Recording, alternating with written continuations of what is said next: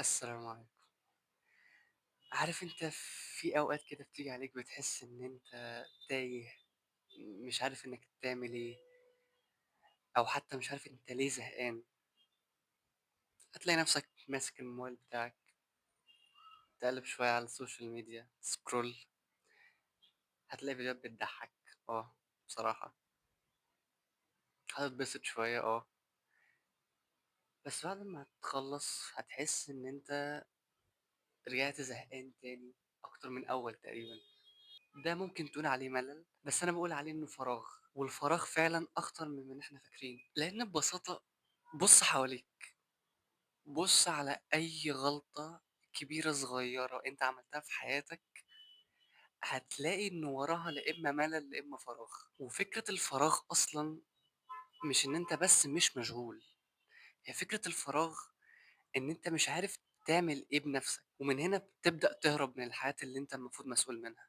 فهتلاقي مثلًا ناس بتهرب إن هي تروح تفتح السوشيال ميديا، في ناس بتهرب إن هي تلاقي نفسها مسحولة مع أصدقاء سوء، في ناس بقى التخصُّص هم رايحين مع أي حاجة هتضرهم، بس طالما هتملى الفراغ فهُم تمام. كل اللي أنا قُلتهم دول ما بيعملوش حاجة غير إن هم بيهربوا من الفراغ بس. طَب إيه الغلط اللي هم عملوه؟ الغلط ببساطة اللي هم عملوه إن هم هربوا، ما قرروش إن هم يواجهوا الفراغ ده، لإن هم فاكرين إن الفراغ ده هو عدو ليهم، وهو بالعكس هو مش عدو، بالعكس الفراغ ده زي alarm كده أو منبه.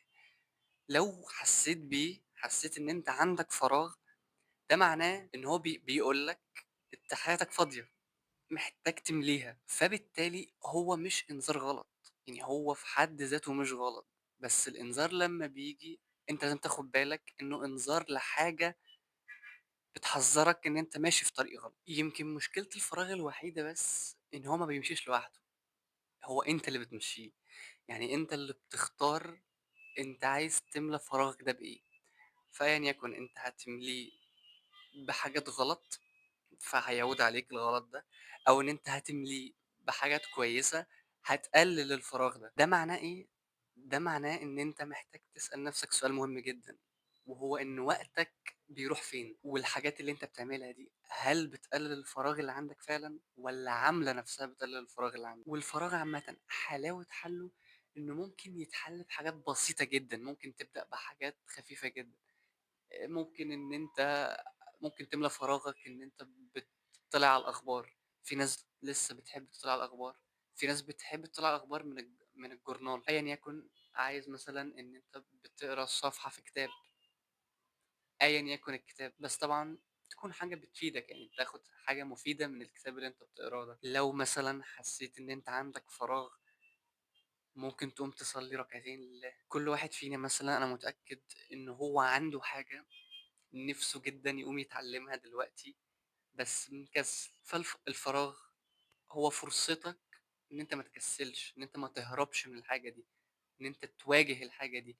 لو عندك حاجة دي عايز تتعلّمها، اتعلّمها، حتى لو بمقدار بسيط، مع الوقت المقدار البسيط ده هيزيد، بس أهم حاجة الفراغ وأنت بتملاه لازم تملاه بحاجة مفيدة. فبس لو حسّيت إن الفيديو ده فادك بأي شكلٍ ما، ما تنساش تعمل لايك وسبسكرايب للقناة، وصفحة الإنستجرام موجودة تحت في الديسكريبشن لو أنت حابب إن أنت تعمل follow ليها.